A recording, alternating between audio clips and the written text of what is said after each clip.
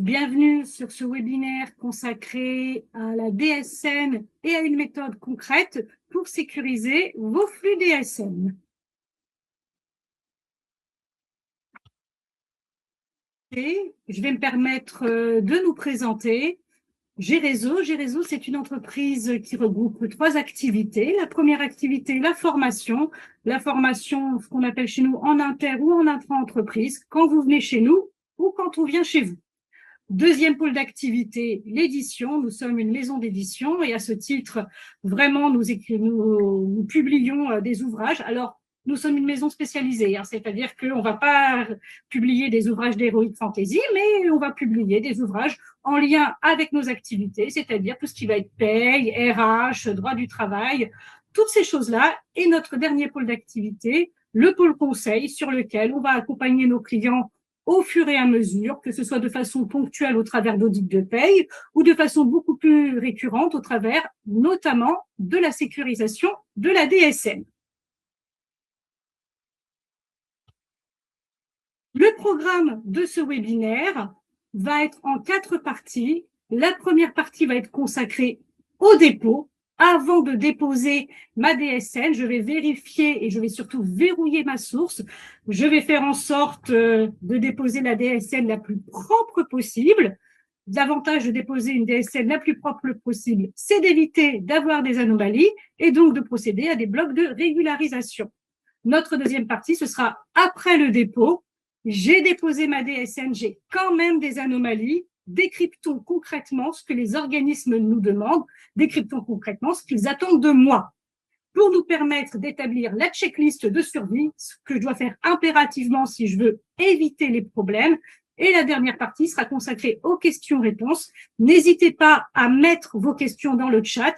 J'y répondrai pas au fur et à mesure, mais j'y répondrai à la fin. Donc vraiment, n'hésitez pas, partie 1 telle question, partie 2 telle question. Un temps est vraiment dévolu à cette partie questions-réponses. Avant de rentrer dans le vif du sujet, je me présente, Amandine Lecomte. Moi, je suis consultante pour G-Réseau depuis 2008. J'interviens dans le domaine de la paye, du droit du travail et depuis quelques temps, particulièrement dans la DSN, puisque c'est un sujet que j'adore et qui me passionne. Alors, je sais que ça fait un peu bizarre, mais je vous assure que quand on s'y met, c'est quelque chose qui peut être extrêmement intéressant, la DSN.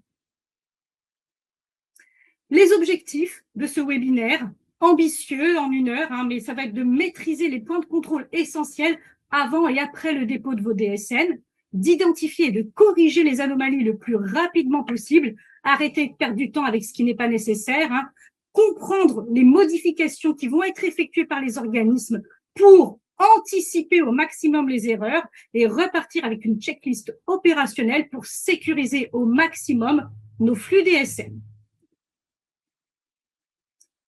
Le programme de la survie DSN, j'appelle ça. Donc, avant le dépôt, je verrouille la source. Ça veut dire que j'identifie mes premières anomalies à la racine.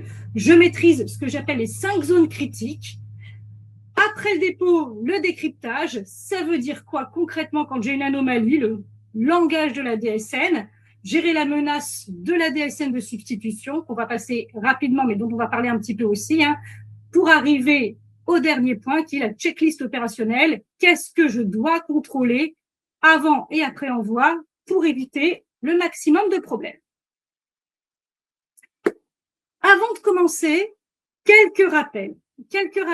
La DSN, je vous le rappelle, ce n'est que le reflet de la paye. Ça veut dire quoi? Ça veut dire que si votre source est fausse, si votre paye est fausse, vous attendez pas à avoir une DSN qui sera juste. Ça sort de la paye est fausse, la DSN est fausse. Autre point important à vous rappeler, la DSN, elle raconte une histoire qui doit être cohérente du début à la fin. Si votre histoire n'est pas cohérente, personne ne peut la comprendre et l'organisme qui la réceptionne, votre DSN, ne pourra pas comprendre.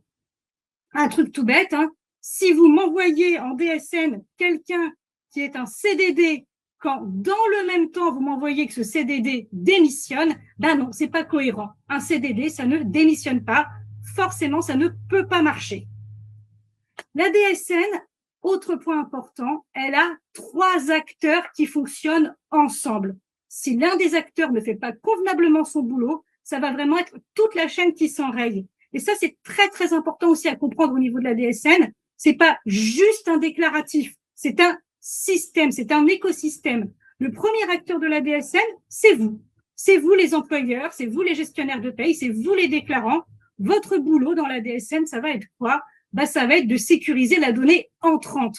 La DSN, c'est pas elle qui va vous dire, vous êtes sûr qu'il est cadre? Vous êtes sûr qu'il doit être payé 5 000 euros? Non.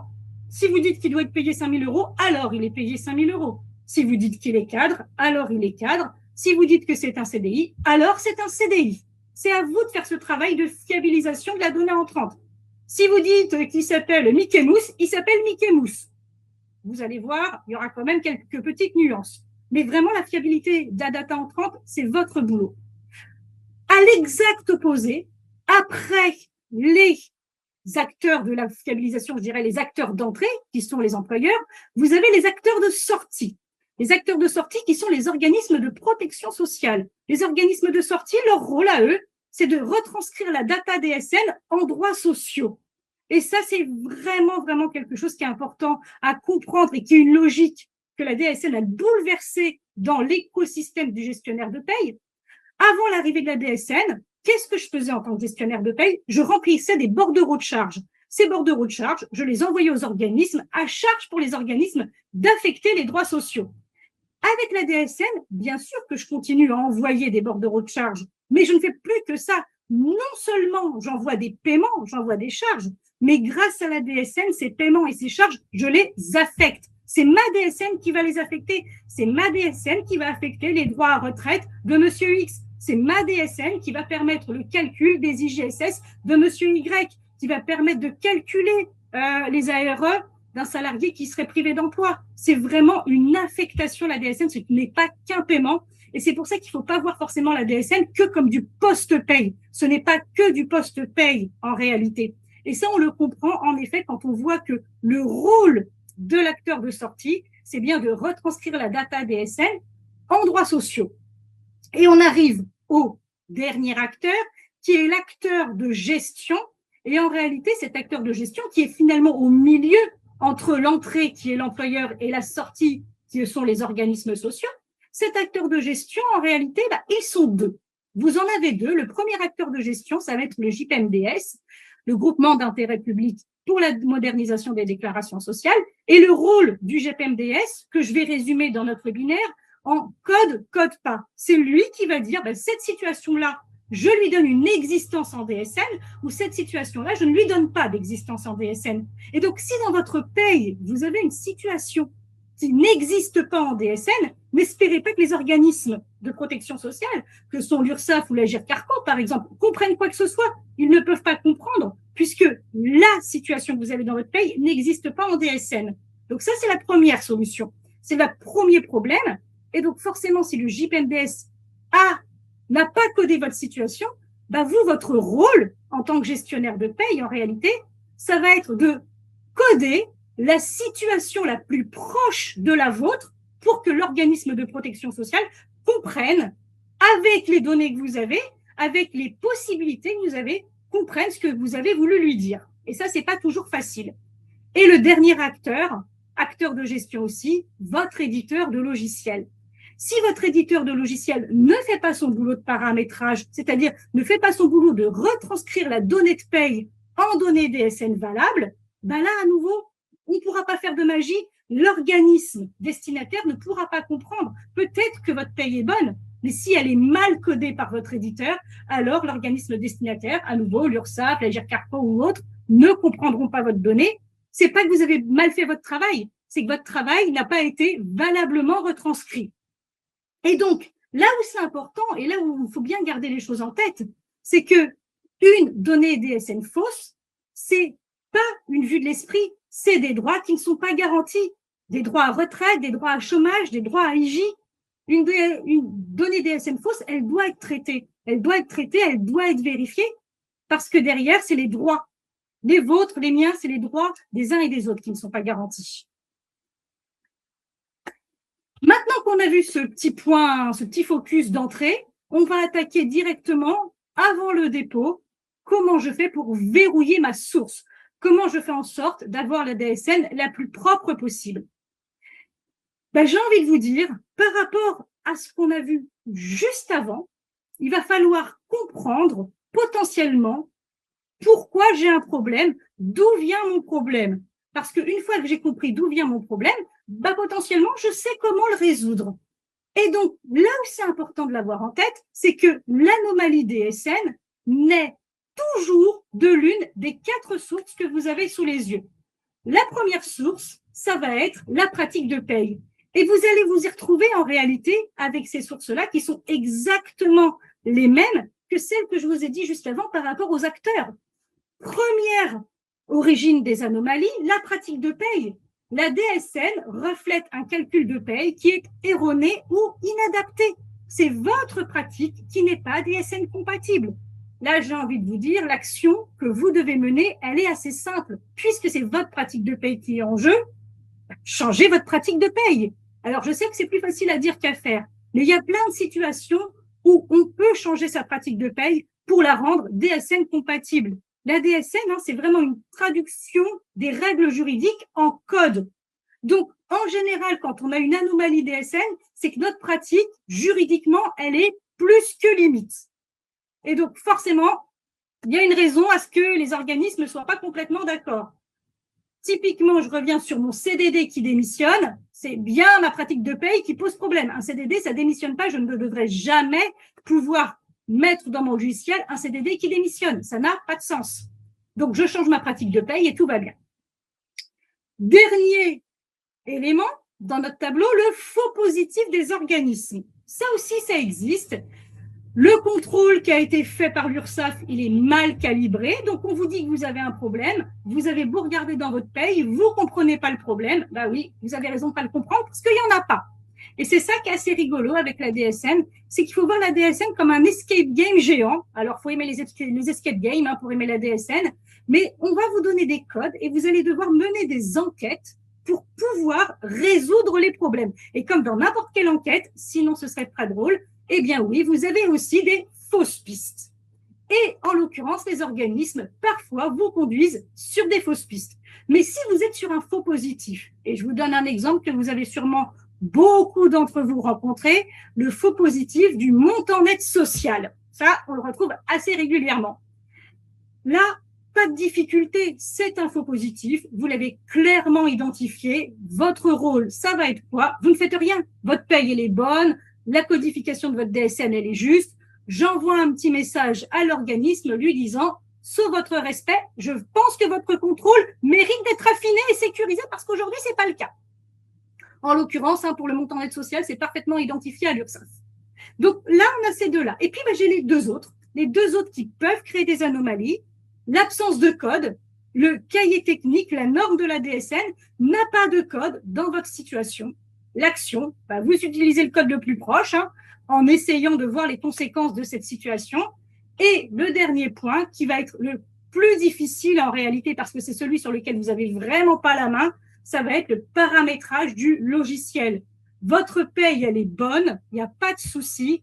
Toute la DSN est faite pour recevoir votre paye, mais votre éditeur, lui, ne fait pas les bons paramétrages. Et parce que votre éditeur ne fait pas les bons paramétrages, alors vous avez une donnée qui est mal réceptionnée par les organismes. Là, j'ai envie de vous dire, la correction, elle est simple. Il va falloir que vous fassiez un ticket à votre éditeur pour dire à votre éditeur, monsieur l'éditeur, voilà ce que vous codez, ça ne marche pas, voilà ce que vous devriez coder. Jusque-là, ça paraît très simple. On le sait tous, on n'est pas égaux devant notre éditeur et malheureusement, quand votre éditeur ne veut pas bouger, vous vous retrouvez avec une situation qui est de continuer à générer ces anomalies qui sont de vraies anomalies, mais que vous ne pouvez pas corriger en tant que telles tant que le paramétrage il n'est pas fait. Alors, quand je dis que vous ne pouvez pas les corriger, si, vous pouvez en réalité. Vous pouvez en les corrigeant à la main. Mais l'objectif, qu'on soit très clair, c'est pas de faire de la DSN à la main. On a des outils, ils sont là normalement pour faire le boulot à notre place. Si demain je dois générer toutes mes lignes de code à la main, j'ai envie de vous dire à quoi servent les logiciels, autant retourner sur Excel. Arriver en réalité sur les points les plus importants de la DSN avant dépôt. Et là, on va pas tous être égaux à nouveau sur son éditeur. Vous avez des éditeurs qui vont vous permettre de voir facilement ces blocs-là, d'autres pour lesquels ça va être beaucoup plus difficile. Et là, quand nos éditeurs ne nous permettent pas de bien faire notre travail, ça peut être un peu compliqué. Toujours est-il que vous avez vraiment 5 contrôles que vous devriez faire avant dépôt. Et si vous faites ces contrôles-là avant dépôt, ça va vous économiser bien des soucis, que ce soit avec l'URSSAF ou avec la GIRCARCO, ou si vous êtes dans la fonction publique, avec l'IRCANTEC, la CNRACL, etc. C'est vraiment les blocs qu'on appelle les blocs critiques. Le premier bloc que vous devez impérativement contrôler, c'est le bloc 30. Le bloc 30, c'est le bloc de l'individu. En DSN, un individu, il est reconnu par 4 données identifiantes. Pas 10, pas 15, pas 20, 4. Par contre, les 4 sont identifiantes. La première donnée identifiante, ça va être le numéro de sécurité sociale. Si vous mettez si vous embauchez une personne et que vous n'avez pas son numéro de sécurité sociale complet et que vous mettez des 9 parce que vous ne connaissez pas son numéro de sécurité sociale, le risque, en effet, c'est qu'on vous dise, on ne sait pas qui il est, lui, nous, un numéro de sécurité sociale avec des 9, on ne le connaît pas. Donc, l'individu ne sera pas identifié. L'autre donnée identifiante, ça va être le nom. Et j'insiste, le nom de famille. En l'occurrence, le nom de famille, c'est quoi? C'est bien le nom avec lequel je suis né.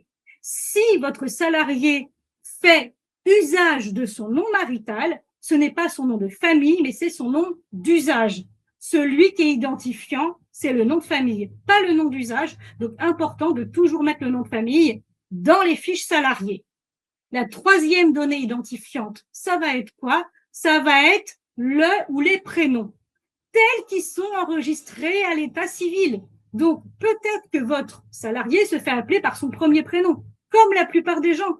Mais si sur sa carte d'identité, c'est Rosemonde Cunégonde Gertrude, c'est Rosemonde Cunégonde Gertrude, même si la personne, elle se fait appeler Rosemonde. C'est pas son vrai prénom. Son prénom, c'est Rosemonde Cunégonde Gertrude, parce que c'est ce qui est sur sa carte d'identité. Et enfin, la dernière donnée identifiante, ça va être la date de naissance. Les organismes, au travers du SNGI, le Système national de gestion des identités, va vérifier que la personne que vous déclarez, c'est bien une personne qui est connue. Si ce n'est pas le cas, si cette personne, elle n'est pas connue, vous allez vous prendre ce qu'on appelle une anomalie de CRM 121, une anomalie de BIS, bilan d'identification des salariés, quand vous allez avoir déposé votre DSN. Et là, vous avez 2 types d'anomalies. L'anomalie qui n'est pas trop grave, où on vous dit l'individu est reconnu, mais les données que vous avez déclarées présentent un écart avec les données dont on a connaissance au niveau du SNGI. Et là, c'est assez facile parce qu'on vous dit, par exemple, vous avez écrit que cette personne, elle s'appelait Lecomte. Nous, cette personne, on la connaît sous le nom de Tartampion. Bon, est-ce que Tartampion et Lecomte, c'est la même personne? Ok, bon, c'est la même personne. Soit, on ne connaît pas la personne sous le même nom, mais c'est finalement la même personne qui est identifiée, on est sauvé. Deuxième situation, qui est beaucoup plus grave cette fois-ci, c'est l'individu n'est pas reconnu. Si l'individu n'est pas reconnu, ça veut dire que tout ce que vous envoyez, oui, vous payez des charges pour cette personne, il n'y a aucun problème. Oui, les organismes ne vous diront pas que vous leur devez de l'argent. Par contre, la personne, elle n'est pas reconnue. Donc, si elle n'est pas reconnue, on ne sait pas qui elle est. Donc, ce que vous déclarez pour elle n'a aucune existence auprès des organismes. Ça veut dire quoi concrètement? Ça veut dire que si cette personne n'est pas reconnue et qu'elle tombe malade et que vous faites une attestation de salaire, vous n'aurez pas d'indemnité journalière de la sécurité sociale. On ne sait pas pour qui les verser. Donc, vous ne les aurez pas. Dans le même ordre d'idée, si cette personne, elle se connecte sur mes droits sociaux, il n'y aura rien non plus sur ces droits sociaux. Il n'y aura pas de droits sociaux, il n'y aura pas de carrière, il n'y aura pas de point retraite, il n'y aura pas de trimestre retraite, on ne sait pas qui elle est. Et là, ça devient une anomalie qui est l'anomalie la plus grave. J'ai envie de vous dire bien plus grave que celle que je vais vous dire après. On ne sait pas qui est cette personne. Donc, elle cotise pour la solidarité nationale. C'est très bien de cotiser pour la solidarité nationale. Je préfère honnêtement que ça arrive à quelqu'un d'autre qu'à moi. Donc, si j'ai un écart, je dois générer ce qu'on appelle un bloc 31, un bloc modification d'identité, en disant, voilà ce que je vous ai déclaré sur cette personne-là, excusez-moi, j'aurais dû vous déclarer cette chose-là. Et ce bloc 31, il va servir à quoi? En fait, il va servir à raccrocher les wagons pour que les organismes puissent dire, ah ok, la personne qu'on n'avait pas identifiée, qui était appelée comme ça, en fait, c'est cette personne-là. Cette personne-là, c'est une seule et même personne.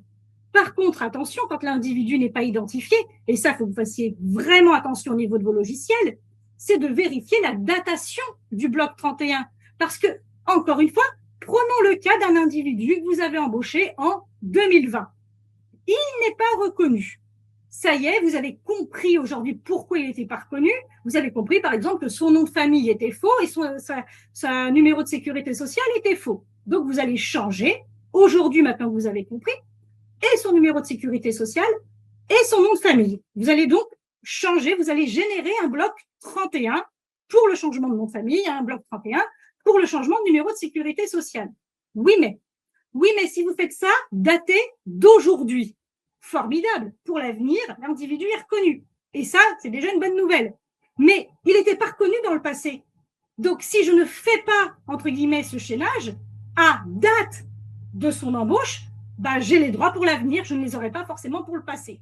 Donc, attention effectivement à la date du 31, c'est la date à laquelle je dois faire le changement, à laquelle je dois donner la bonne donnée. Et si mon salarié, j'ai donné des données fausses dès son embauche, c'est bien dès l'embauche que je dois faire le changement.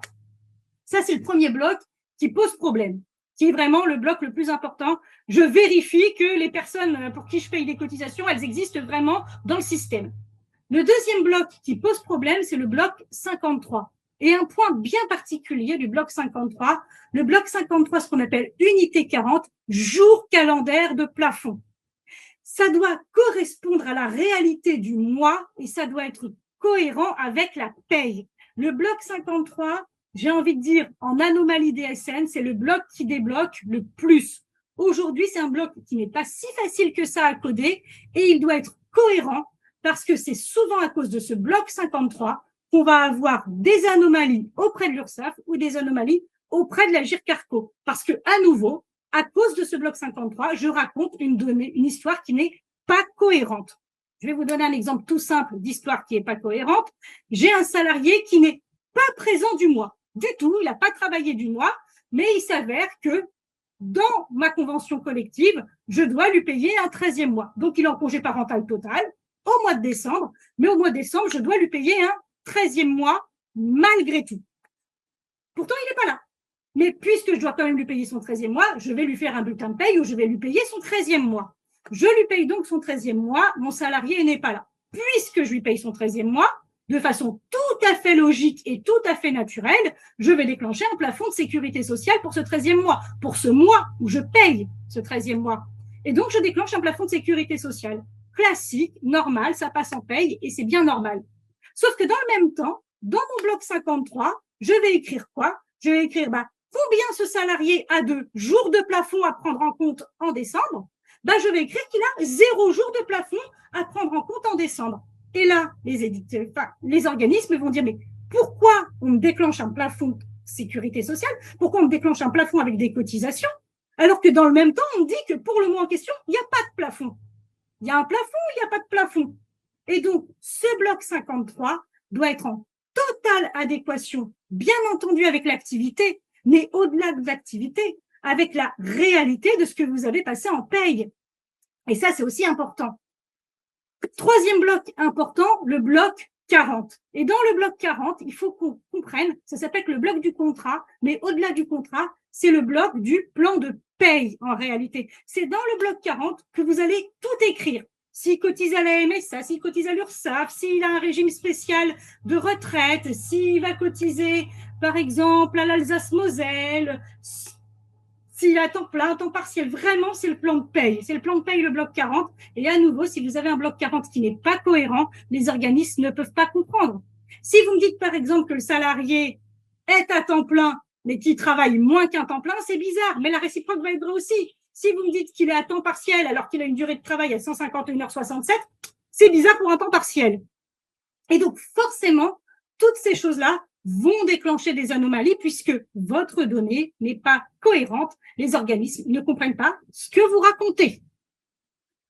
Troisième point, le bloc 78-81. Les blocs 78-81, c'est les blocs de la paye. C'est les blocs de votre bulletin de paye. Ces blocs-là, si vous avez une rémunération, alors, normalement, qui dit rémunération dit base de cotisation et cotisation. Donc, si vous avez une rémunération, c'est important de vérifier que vous avez bien votre base plafonnée et votre base déplafonnée. Vous avez une rémunération sur la période. Donc, c'est important de vérifier que ma base plafonnée qui a été déclarée, c'est la bonne, que ma base déplafonnée qui a été déclarée, c'est la bonne. Et on arrive au troisième contrôle, le contrôle des blocs 78-81, qu'on appelle la maille nominative, versus mon 22-23 pour l'URSSAF, qu'on appelle la maille agrégée. Si d'un côté de ma DSN, en 78-80, je dis que je dois 200 000 euros à l'URSSAF pour la maladie, alors de l'autre côté de ma DSN, en agrégé, je dois aussi 200 000 euros. Si j'ai pas 200 000 euros des deux côtés, les organismes, et l'URSSAF en particulier, va pas comprendre. L'URSSAF va dire, mais pourquoi vous me dites que d'un côté de la DSN, vous me devez 200 000 pour cette cotisation-là, et que de l'autre côté, vous me devez 150 000 pour la même cotisation? C'est quoi le bon montant? Et donc, ça, c'est vraiment les 5 zones critiques que vous devez regarder. Si vous avez balayé ces 5 zones, en toute objectivité, vous avez purgé au moins 90% des anomalies DSN. La plupart des anomalies DSN vont trouver leur origine dans l'une de ces situations. Soit parce que votre individu n'est pas reconnu, soit parce que votre bloc 53 n'est pas du tout cohérent avec les bases de cotisation que vous déclarez, soit parce que votre bloc 40 n'est pas du tout cohérent, surtout en matière de temps de travail, soit parce que vos cotisations individuelles portées dans le 78 et dans le 81 n'ont rien à voir avec ce que vous avez dit ailleurs, soit parce que la différence entre la maille agrégée et la maille nominative est réelle au lieu de s'équilibrer.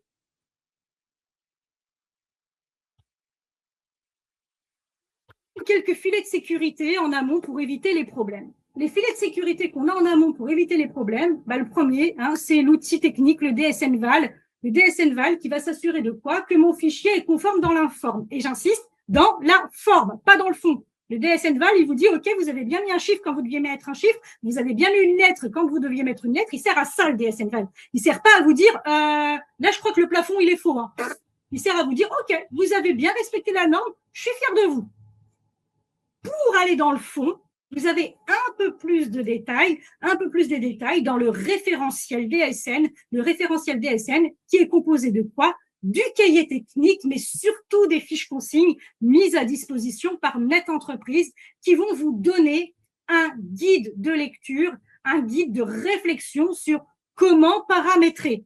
Bien entendu, ce ne sont que des aides, ce n'est pas des documents qui sont opposables en cas de litige. Mais au moins, si vous avez paramétré comme la fiche consigne et que ça ne marche pas, j'ai envie de vous dire, vous avez déjà votre bonne foi pour vous et c'est déjà pas si mal.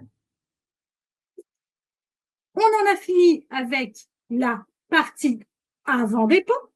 On va attaquer la partie après dépôt, l'opération que j'appelle décryptage. Le premier décryptage qu'on va faire ensemble, ça va être quoi? Ça va être le langage du cahier technique. Quand vous ouvrez le cahier technique de la DSN, vous allez retrouver en réalité 6 sigles possibles d'anomalies. Le premier sigle possible que vous allez avoir, c'est le sigle CCH. CCH 11, CCH 12, CCH 13. Peu importe le chiffre qu'il y a derrière, un CCH, ça veut toujours dire la même chose. C'est un contrôle de cohérence, c'est bloquant. Ça veut dire que ce que vous êtes en train d'envoyer comme données dans la DSN n'a aucune cohérence. Vous déposez votre DSN, on vous bloque. Non, on ne peut pas laisser passer ça. Ça n'a aucun sens juridique. Je reviens sur mon CDD qui démissionne. Vous allez vous prendre une anomalie bloquante CCH. On ne vous laissera pas déposer votre DSN. On ne vous laissera pas déposer votre DSN. Pourquoi? Parce que ça ne peut pas démissionner un CDD. Donc, on ne vous laissera pas envoyer les choses comme ça. Dans le même ordre d'idées, en anomalie bloquante du cahier technique, vous allez retrouver les anomalies dites de CSL, contrôle de syntaxe lié à la rubrique. Là, c'est simple. Ça veut dire que vous avez mis des chiffres quand on attendait des lettres. Ça veut dire que vous avez mis des espaces alors qu'il ne fallait pas mettre d'espace. Vous n'avez pas écrit la rubrique comme vous deviez l'écrire. Donc là, vous regardez dans le cahier technique ce qu'on attend de vous et vous réécrivez la rubrique comme c'est attendu. Par exemple, dans certaines rubriques, vous ne pouvez pas avoir plusieurs sigles identiques à coller. Sinon, c'est une syntaxe de la rubrique qui ne fonctionne pas. Chaque rubrique ayant ses propres règles. Je passe à une autre anomalie qui est bloquante, l'anomalie CRE, contrôle sur des référentiels externes. Là, vous allez retrouver cette anomalie-là, par exemple, sur les codes conventions collectives. Vous allez retrouver cette anomalie-là sur les codes postaux. mais aussi, par exemple, sur les codes PCS. Toutes ces données-là en DSN ne viennent pas du cahier technique, elles viennent de quoi? Elles viennent de ce qu'on appelle des référentiels externes. Le référentiel externe des IDCC, le référentiel externe des codes PCS, le référentiel externe des codes postaux. Là, si vous écrivez un chiffre, un code, au-delà d'un chiffre, un code qui n'est pas dans ce référentiel externe, alors votre DSN ne peut pas passer. Et ça, c'est important quand vous avez notamment des changements de convention collective qui amènent à des changements d'IDCC.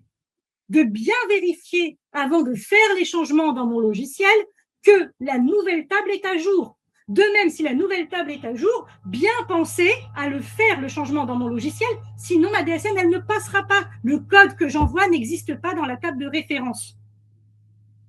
Quatrième anomalie bloquante, l'anomalie dite de CME, contrôle métier. Alors, celle-ci, vous pouvez la rencontrer, j'ai envie de vous dire, elle est presque plus grave que celle du bloc 30 de tout à l'heure. CME, ça veut dire que, clairement, on ne sait pas qui vous êtes, on ne sait pas qui est le déclarant, votre SIRET n'est pas reconnue, et parce que votre SIRET n'est pas reconnue, vous ne pouvez pas déposer votre DSN. Là, ça arrive dans certaines situations, quand je fais du rachat d'entreprise, quand je fais de la création d'entreprise, le temps finalement que toutes les formalités soient enregistrées en haut lieu et que mon SIRET soit suffisamment reconnu pour pouvoir déclarer, il peut se passer quelques jours, voire quelques semaines. Pendant ce temps-là, je risque pas de déclarer puisqu'on ne me connaît pas, on ne sait pas qui je suis. Pas de souci dans cette situation-là. Je préviens les organismes qui ont parfaitement conscience de la situation et je leur dis, je suis désolée, je peux pas déposer en temps et en heure. Mon SIRET n'est pas reconnu. Ils le savent, eux, que c'est pas reconnu. Ils ne vous en tiendront pas rigueur. La petite subtilité, néanmoins, c'est que quand ils voient que vous êtes reconnu, ils vous relancent pour que ça aille vite. Là, on est sur les 4 anomalies bloquantes qui vont être directement, je dirais, purgées par le DSN-VAL. Vous avez les 2 autres anomalies, SIG, SIG.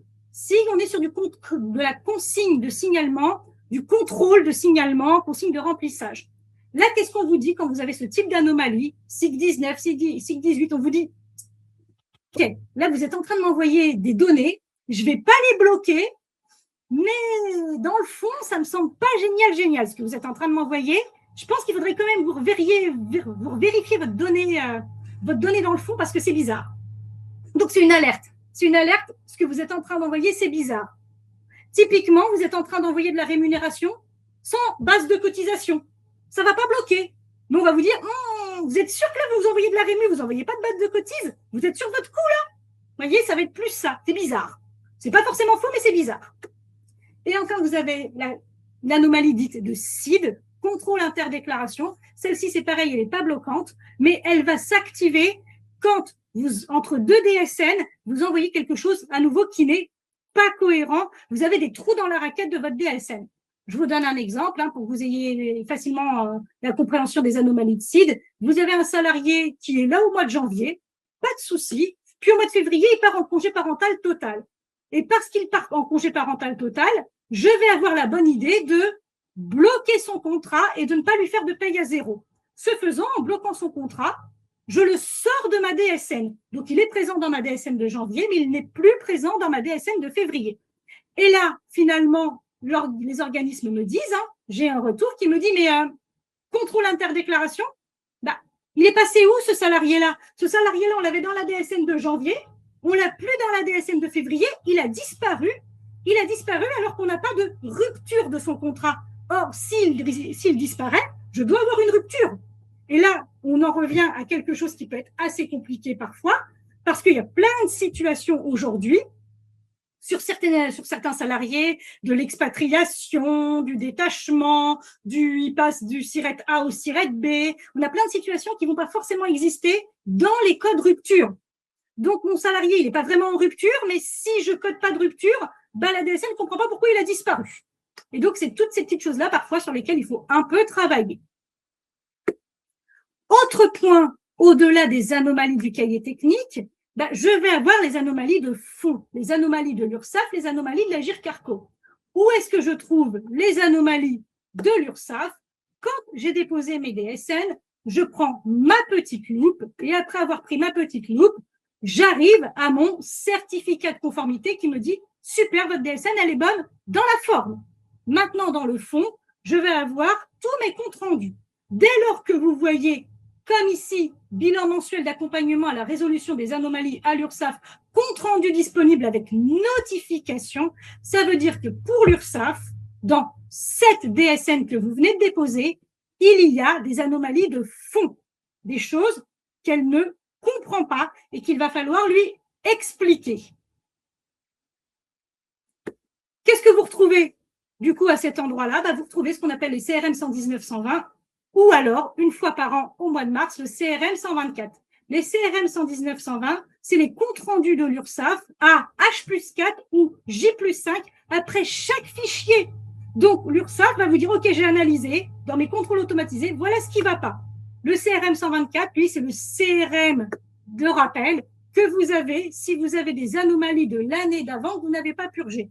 On appelle ça le CRM de substitution. Ce n'est pas vraiment le CRM de substitution, c'est le CRM de rappel où on vous dit, entre guillemets, c'est la dernière chance pour corriger.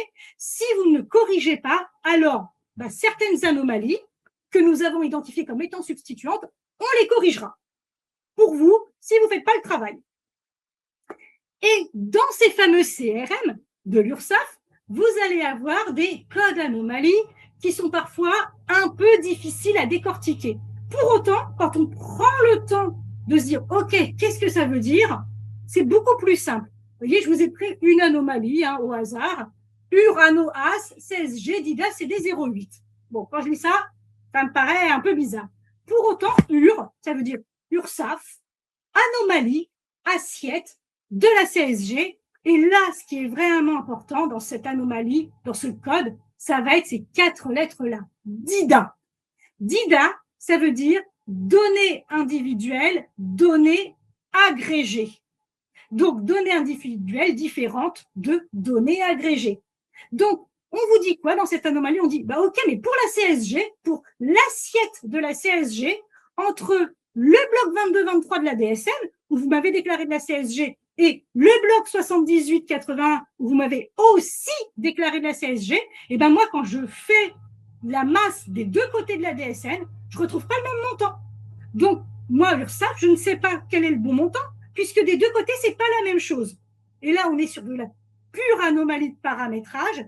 C'est à un moment votre éditeur, sur certains profils ou sur certaines rubriques, qui n'a pas fait le mapping DSN jusqu'au bout, c'est-à-dire qu'il va avoir codé un morceau de la DSN, mais pas l'autre sur cette rubrique. Donc, ça remonte d'un côté de la DSN et ça ne remonte pas de l'autre côté. Là, pour le coup, quand vous avez des anomalies DIDA, c'est des anomalies de paramétrage. Donc, qu'est-ce que je dois faire quand j'ai ce type d'anomalie? Une anomalie dite de données individuelles, données agrégées. Là, il va falloir que je me pose une question assez simple. Est-ce que les montants que j'ai payés sont justes? Les montants payés, je vous rappelle, c'est ceux qui sortent de la maille agrégée 22-23. Oui, finalement, les montants que j'ai payés sont justes. OK? Est-ce que les droits du salarié sont touchés? Est-ce que c'est une cotisation qui concerne les droits à la retraite, les droits à IJ, etc. Oui, mince. Les montants sont bons, mais les droits du salarié sont touchés. Il faut que je corrige parce que sinon, je ne garantis pas ces droits. Par contre, à l'inverse, les montants payés sont bons, mais les droits du salarié ne sont pas touchés. Et ça va être le cas avec une anomalie de CSG. Finalement, ce n'est pas parce que ma maille nominative est fausse que ça va me faire perdre des droits à moi salarié. La CSG ne me garantit pas de droits individuels, contrairement à la cotisation retraite, contrairement à la cotisation chômage. Donc finalement, les droits du salarié ne sont pas touchés. J'appelle ça de la cosmétique DSN. Je ne dis pas qu'il ne faut pas le faire, je dis que je le mets en dessous de la pile. Pourquoi je le mets en dessous de la pile? Parce que je ne dois rien à l'URSSAF, donc l'URSSAF ne me redressera pas. Et les salariés ont leurs droits garantis, donc je n'aurai pas de contentieux prud'homal là-dessus. L'URSSAF, pas de contentieux. Les salariés, pas de contentieux. La vie est une question de priorité. On le traitera quand on aura le temps. À l'inverse, les droits du salarié sont touchés. Je corrige parce qu'il y a un enjeu. À l'inverse, les montants payés à l'URSSAF sont pas bons. Je corrige parce qu'il y a un enjeu. Et ça va être là tout le travail que vous devez faire, c'est quels enjeux.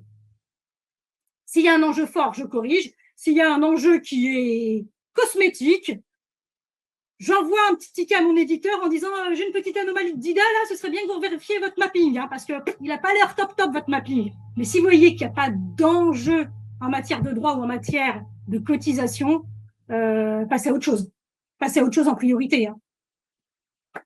Donc, qu'est-ce qui va être, par exemple, des anomalies à fort enjeu?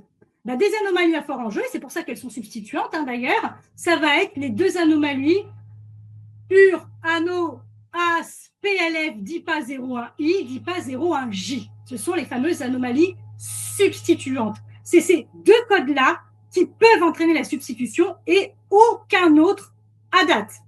Là, vous avez ce type d'anomalie dans votre CRM 124 et que vous ne faites rien, l'URSSAF, incessamment sous peu, va vous dire, bon, ok, vous ne voulez pas fiabiliser la donnée, dont acte, hein, je vais la fiabiliser pour vous. Maintenant, comment l'URSSAF, elle fiabilise la donnée?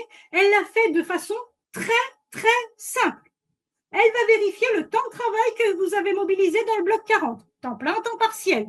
Si c'est un temps partiel, elle va vérifier les heures complémentaires que vous avez déclarées dans le bloc 51. Ces deux choses-là, elle va le vérifier par rapport au nombre de jours calendaires que vous avez déclarés sur la période dans le bloc 53. Elle va faire temps de travail plus heures complémentaires, si temps partiel, plus jours calendaires de travail sur la période, ça va lui donner le montant du plafond. Le montant du plafond qu'elle aura précalculé, qu'elle va vérifier par rapport à celui que vous avez déclaré en paye, en DSN, via le bloc 78. Si le résultat qu'elle trouve est exactement celui que vous avez déclaré, aucun problème. Si le résultat qu'elle trouve est différent de celui que vous avez déclaré, alors elle vous déclenche une anomalie, DIPA 01I, DIPA 01J, selon la situation. Et là, effectivement, il faut que vous purgiez votre anomalie. J'insiste sur ce sujet-là, ça va être important si vous avez ce type d'anomalie de vérifier à l'année, de vérifier votre salarié à l'année, puisque aujourd'hui le contrôle URSSAF, en tout cas le contrôle qui est fait par l'URSSAF sur ces anomalies-là, ne va pas forcément prendre en compte la régule annuelle de cotisation. Mais pour le coup, si finalement un mois vous avez moins de 100, l'autre mois vous avez plus de 100, parce que vous avez eu de la régule de cotisation, au final, vous avez moins 200 plus 200, 0. Vous avez eu peut-être deux anomalies notifiées, mais vous n'avez pas d'anomalie au long cours. Donc, il n'y a rien à faire parce qu'à l'année, les cotisations du salarié sont bonnes et l'URSSAF l'identifie comme ça aussi, même s'ils vous ont notifié l'anomalie. Quand j'ai ces anomalies-là, deux situations. La première situation, ça va être la situation dite de l'erreur technique. Le recalcul de l'URSSAF est logique, mais c'est ma DSN qui n'est pas bonne, notamment le temps de travail que j'ai déclaré dans mon bloc 40 qui n'est pas bon, les heures complémentaires qui sont mal remontées, ou alors j'en ai une partie qui est prise dans le calcul mais pas l'autre, enfin c'est mal remonté, ou le bloc 53 qui est faux.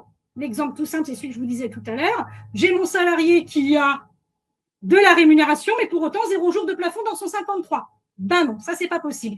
Donc, finalement, c'est pas ma paye qui est fausse, c'est ma DSN, c'est ma data DSN qui est mal remontée. L'idée, c'est de faire des blocs de régularisation pour aligner ma data DSN. Si jamais c'est pas possible, à ce stade, vous pouvez contester au vis-à-vis de l'URSSAF. Vous faites contester effectivement, m'opposer à mon anomalie en expliquant que votre paye elle est bonne, mais que factuellement, c'est bien les données du bloc 40, du 51 ou du 53 qui sont fausses. Parce que vous avez expliqué à l'URSSAF que c'était la data DSN qui est fausse, l'URSSAF neutralisera l'anomalie. Le cas le plus gênant, c'est l'erreur de paye. Le calcul de l'URSSAF est logique et le bulletin de paye est réellement faux.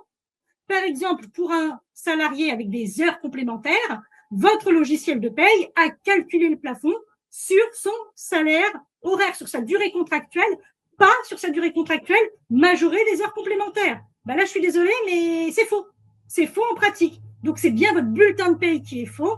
Puisque c'est votre bulletin de paye qui est faux, il faut bien refaire le bulletin de paye, même si ça peut être compliqué, puisque là, l'erreur, elle est complètement justifiée. Donc, l'URSSAF, vous pourrez pleurer toutes les larmes de votre corps en disant « Non, mais ok, mon bulletin de paye, il est faux, mais c'est pas de ma faute. » Elle n'entendra pas raison. Hein.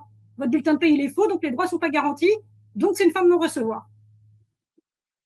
Donc, effectivement, je reviens vite fait sur les anomalies substituantes. DIPA 01, DIPA 01J. Je cible, je motive, je patiente. Le traitement de l'URSSAF est entre 8 à 12 jours en fonction de la complexité de vos anomalies, mais pas de substitution tant qu'ils ne vous ont pas répondu. L'Agir Carco. Pour l'Agir Carco, là, vous allez au même endroit que l'URSSAF, sauf que au lieu d'aller accéder au service plus, vous allez sur DSN Fiable accéder au service fiable. Et c'est là, effectivement, que l'Agir Carco va vous donner ces anomalies. Et je vais vous donner un exemple d'anomalie que vous pourriez retrouver à l'Agir Carco pour vous expliquer un peu le fonctionnement de l'Agir Carco. Hop là, tac. Voilà. Vous voyez, j'ai volontairement pris le cas d'un salarié qui a travaillé qu'une seule journée. Alors, je m'excuse, on est en 2019, mais ça suffira pour l'exemple. Vous voyez, j'ai un salarié qui a travaillé une journée 7 heures, et parce qu'il a travaillé une journée 7 heures, on l'a payé, et on l'a payé 102,16 €. On l'a payé 102,16 €. Vous voyez bien sur son bulletin, il a cotisé T1, 102,16 €, pas de T2 déclenché.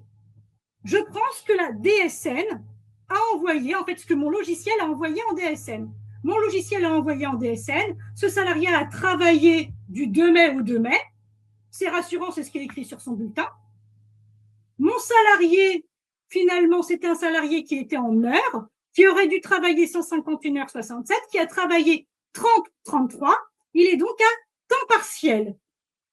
Date de début de contrat 2 mai, fin de contrat 2 mai, et après on met la rémunération. Ensuite, dans mon bloc 53, j'ai un jour de plafond et 7 heures de travail.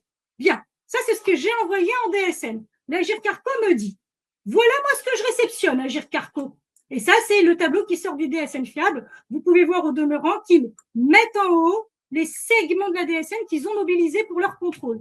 Ils disent, bah, moi, j'ai un contrat enregistré du 23 mai au 23 mai. Bon, c'est pas la bonne date, mais j'ai envie de vous dire, c'est qu'une seule journée, c'est sur le bon mois, ça changera pas la face du monde, même si c'est pas la bonne date. L'Agir Carco me dit, vous m'avez déclaré un salarié à temps partiel, en heures, qui devait faire 151,67 et qui fait 30,33. OK. Ensuite, on continue l'histoire. L'Agir Carco me dit, bah, moi, finalement, je vois dans tout ça, une base déplafonnée à 102,16 €, une base plafonnée à 102,16 € et un jour de plafond. Ça, c'est ce que vous m'avez envoyé. Donc, comme c'est ce que vous m'avez envoyé, finalement, je vais un peu plus loin et je recalcule d'après ce que vous m'avez envoyé. Ben moi, par rapport à ce que vous m'avez envoyé, l'assiette brute, je suis d'accord que c'est 102,16 €, mais par contre, pour moi, Agir Carco, l'assiette plafonnée, c'est 22 €. Et parce que l'assiette plafonnée, c'est 22 €, bah forcément, j'ai un écart de 80 € par rapport à vous sur l'assiette plafonnée. Et l'Agir Carco, elle voit bien les 102,16 €. Mais l'Agir Carco refuse de prendre vos 102,16 €. Et pourquoi l'Agir Carco refuse de prendre vos 102,16 €? Parce que l'Agir Carco, elle dit, OK, le salarié, il a travaillé un seul jour, 3377 par 1/31e. Alors, peut-être que 100%, ce serait mieux. Voilà, nombre. Voilà, ce serait bien, nombre. Donc, le plafond, c'est 108,94. Et là, vous dites, bah oui, mais moi, il a gagné 102,16 €. Il a donc gagné moins que le plafond. Mais l'Agir Carco va plus loin. Elle va regarder ce que vous avez écrit dans votre contrat. Et là, vous avez écrit quoi? Vous avez écrit que le salarié, il avait un contrat à temps partiel à 30,33. Donc, l'Agir Carco dit, bah, finalement, le plafond, c'est les 102,16 € multipliés, enfin les 108,94 € multipliés par les 30,33 divisé par les 151,67, ce qui fait 21,78, ce qui arrive au 22 qu'elle recalcule. L'Agir Carco recalcule d'après les données et de votre bloc 53 et de votre bloc 40. Après, la question, ça va être très simple. Option numéro 1, soit vous estimez juridiquement que c'est un temps partiel, soit vous estimez juridiquement qu'un salarié qui fait 7 heures par jour sur une seule journée est un salarié à temps partiel. On n'est pas sur un webinaire droit du travail. Si vous estimez que c'est un temps partiel, tirez-en les conclusions en matière de paye. Puisque vous estimez que c'est un temps partiel, faites-lui un prorata de plafond temps partiel. À l'inverse, si vous estimez que c'est un temps plein et que vous calculez un plafond sur un temps plein, tirez-en les conclusions en matière de DSN et ne me le déclarez pas à temps partiel, déclarez-le moi à temps plein. L'Agir Carco, pourquoi elle crée une anomalie? Elle crée une anomalie parce que factuellement, ce que vous déclarez n'est pas logique.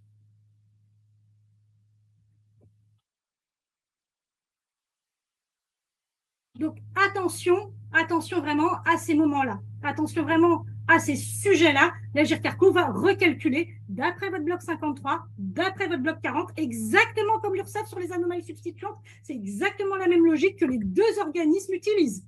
Donc, à vous de faire attention sur ces mobilisations-là. Ce qui fait que pour notre checklist opérationnelle, comme ça, je pourrais répondre aux questions. Avant dépôt, j'ai identifié les anomalies bloquantes. J'ai vérifié que l'ensemble de mon personnel était bien présent en DSN. J'ai surtout vérifié mon bloc 53 qui est cohérent par rapport à ce que j'ai vraiment mis en matière de cotisation dans mon bulletin de paye. J'ai vérifié la cohérence de mes bases et le calcul de mes plafonds. Est-ce que mon plafond dans ma paye, il est bien logique, surtout si mon salarié est à temps partiel, surtout si mon salarié a eu des absences. Et j'ai vérifié mon bloc 40 et éventuellement les changements que j'ai induits dans mon bloc 41. Est-ce que le temps de travail de mon bloc 40, il est bon? Est-ce que le statut de mon salarié dans mon bloc 40, il est bon?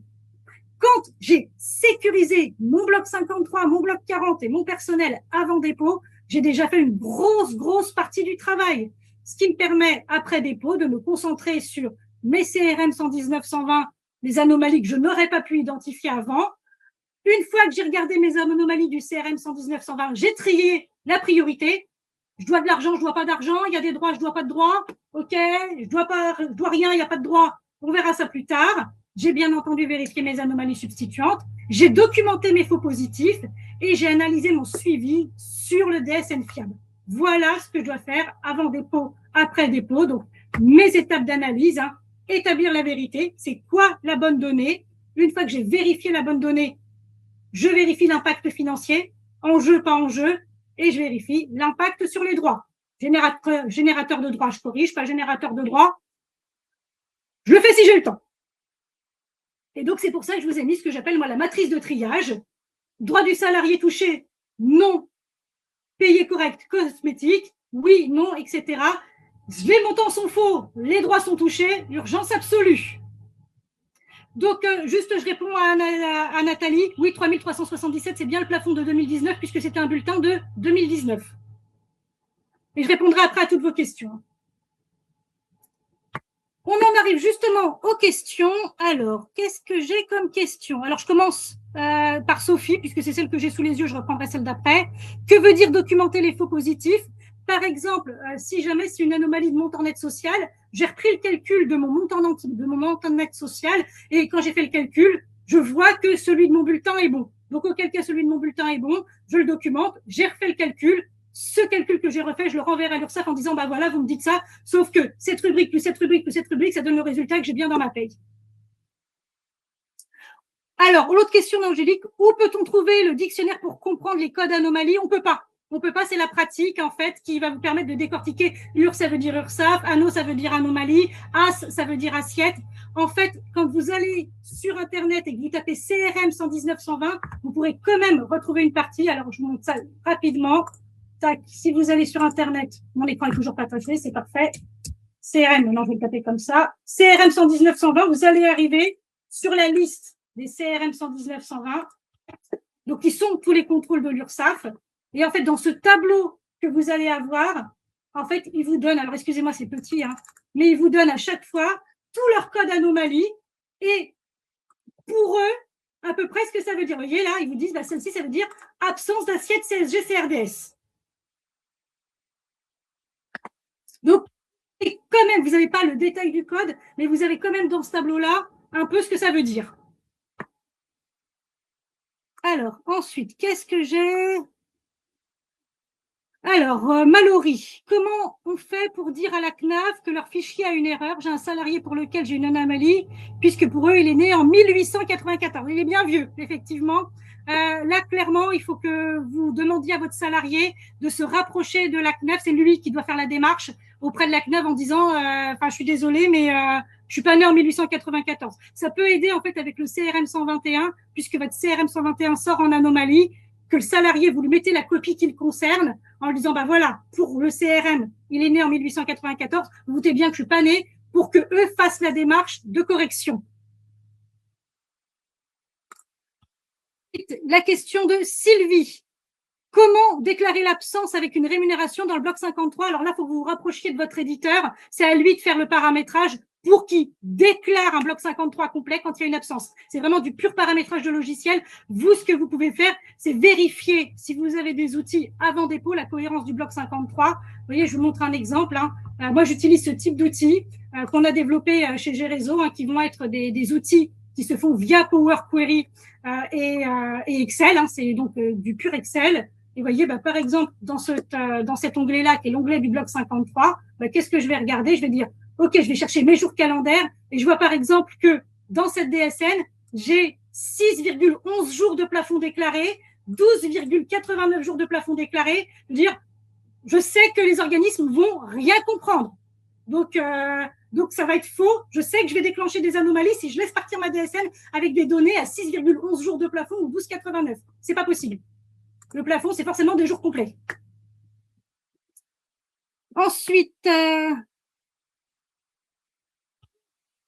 Emma, la question qui est posée par Emma, finalement, dans l'exemple prix congé parental et 13e mois, il faut indiquer combien de jours dans le bloc si un plafond mensuel est déclenché. Si je suis en décembre, 31 jours. Si je suis en octobre, 30 jours. Si je suis en février, 28.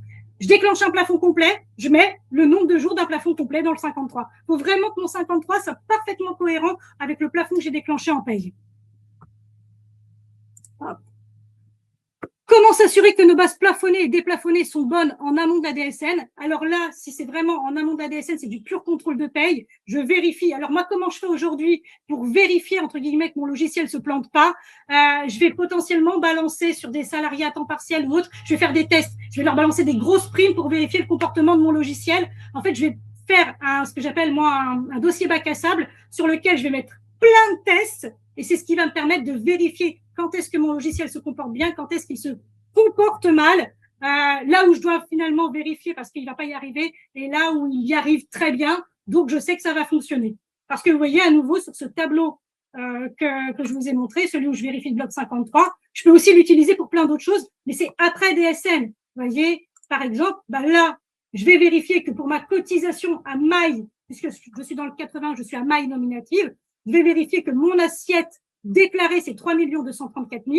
Je vais regarder la même chose dans le bloc 23 pour la même cotisation, le FNAL, 3 234 000. Je sais que les deux côtés de ma DSN sont déclarés. Et donc, qui sont équilibrés. J'ai pas de souci avec ça. Et donc, ça, c'est des outils qui peuvent servir effectivement. Alors, question intéressante. Que faire avec les bases négatives? Que faire avec les bases négatives? De façon très claire, les bases négatives sont tout à fait possibles en DSN, mais pas en période en cours. Là-dessus, on pourrait en parler des heures. Une base négative sur période en cours, ça veut dire que vous devez, que le salarié qui n'a pas bossé, il vous doit de l'argent sur le mois. Ça n'a pas de sens. J'ai une base négative parce que c'est ce que vous dites très justement dans votre question, c'est un rappel de maladie. Là, à nouveau, c'est du paramétrage de votre éditeur, c'est le fait générateur. Il faut impérativement que votre éditeur vous laisse la main, applique le fait générateur pour que vous puissiez raccrocher vos rappels de maladie aux périodes sur lesquelles il était malade et sur lesquelles vous l'avez trop payé. C'est pas grave de payer un salarié moins 2000, c'est grave de payer un moins 2000 sur un mois en cours. Parce que ce moins 2000 en paye, il n'est quoi? Il n'est que la conséquence de vous l'avez trop payé avant. Alors, vous n'auriez pas dû le payer comme ça. Donc, c'est que du fait générateur et c'est vraiment raccroché sur les périodes sur lesquelles il y avait du positif et vous n'aurez pas l'anomalie. Alors, qui revient quasiment à la même question plafond subro maintien, IJ prévoyance, une paye moi avec absence maintien des traitements subrogés, j'ai des IJ prêts mais au final un brut à 0, nombre de jours de plafond. Attention, si je suis sur de l'IJ prévoyance 100% salariale, donc j'ai bien du net à payer parce que je n'ai pas de cotisation sur mon IJ-Prév, aucun problème. C'est du net à payer, bas de bulletin, pas de cotisation, pas de plafond. Donc, ça s'entend parfaitement. Par contre, si je passe de l'IJ-Prévoyance, dont une partie est cotisable, donc dont une partie va se retrouver en haut de bulletin, j'ai de l'IJ-Prévoyance, j'ai passé du cotisable. Donc, puisque j'ai passé du cotisable, ça doit se retrouver dans mon bloc 53. Si j'ai passé 18 jours d'IJ-Prévoyance cotisable, j'ai 18 jours de plafond dans mon 53. Là. Jean-Claude me dit un CDD qui signe ailleurs un CDI a droit de démissionner. Pourriez-vous être plus précise? Non, juridiquement, il ne démissionne pas. Juridiquement, en fait, c'est pas une démission, c'est une rupture anticipée à l'initiative du salarié. Je sais que je joue sur les mots, mais le code à utiliser, c'est rupture anticipée à l'initiative du salarié. Il a tout à fait le droit de rompre son CDD de façon anticipée, mais ça n'est pas une démission au sens juridique du terme. Autre question de Jean-Claude, c'est quoi alors la différence entre CRM 124 et substitution? En fait, le CRM 124 va reprendre toutes les anomalies de l'année que vous n'avez pas purgées. Donc, même des anomalies de net social, même plein d'anomalies comme ça. Donc, c'est toutes ces anomalies-là qui seront reprises. Et dans ce CRM, vous avez 2 codes anomalies particuliers qui sont les anomalies liées à la substitution. Mais vous pouvez tout à fait avoir un CRM 124 sans anomalie, entre guillemets, dite substituante, puisqu'il n'y a que 2 codes. Le CRM 124, c'est vraiment tout ce que vous n'avez pas purgé dans l'année d'avant, qui revient en disant quand est-ce que vous purgez. Alors, Mafalda, est-ce normal de ne pas avoir accès au CRM dans Net Entreprise? Oui, si votre administrateur ne vous a pas donné les droits, vous ne pouvez pas y avoir accès. En fait, c'est vraiment des droits d'attribution de l'administrateur du compte Net Entreprise où il doit vous dire, vous avez le droit à ça, vous avez le droit à ça, vous avez le droit à ça. S'il n'a pas coché la case CRM, vous n'y avez pas accès sur Net Entreprise, malheureusement. Nathalie, ou corriger les anomalies du CRM 124 en paye en DSN ou directement sur suivi DSN en ligne? On ne corrige rien sur suivi DSN en ligne, on conteste, on s'oppose, donc uniquement pour les anomalies substituantes. Et ou corriger les anomalies du CRM 124, ça dépend. Ça dépend. Si c'est un problème de plafond du bloc 53, c'est pas de la paye, c'est de la data DSN, donc ça se corrige en DSN. Si à l'inverse, c'est un problème de plafond, mon plafond qui a été calculé dans mon bulletin, il est faux, c'est en paye que ça se corrige. C'est vraiment le type d'anomalie qui va déterminer où est-ce que je fais la correction, en paye ou en data DSN, voire je fais pas de correction du tout et je fais un petit message sur le suivi en ligne de l'URSSAF. Y a-t-il un état pour vérifier le bloc 53 de tous les salariés? Ça, c'est la question d'Isabelle. J'aimerais vous dire oui. Ça dépend vraiment des éditeurs. Aujourd'hui, ce que je constate chez la plupart des éditeurs, c'est malheureusement non. Et je trouve que ça manque beaucoup, beaucoup, beaucoup dans les outils parce que c'est un bloc qui est tellement stratégique qu'on ne devrait pas envoyer une DSN sans l'avoir vérifié en amont parce que c'est celui qui pose le plus de problèmes. Delphine, je n'ai pas reçu le CRM annuel pour la DSN de substitution. Où puis-je le trouver? Alors, j'ai une bonne nouvelle pour vous, Delphine. Si vous ne l'avez pas trouvé, c'est que l'URSSAF estime que vous n'avez aucune anomalie nécessitant une substitution. Donc, comme vous n'êtes pas touché, selon eux, par les anomalies substituantes après le nettoyage final, ils vous ont pas envoyé de CRM puisque rien n'a été fait pour vous envoyer un CRM en disant « Ok, c'est cool, il n'y a rien à faire. Ça nous aurait tous arrangé, mais ce n'est pas le choix qu'ils ont fait. Donc, si vous n'avez rien, c'est une bonne nouvelle. » Je vous remercie à tous de votre participation et je vous souhaite une bonne continuation.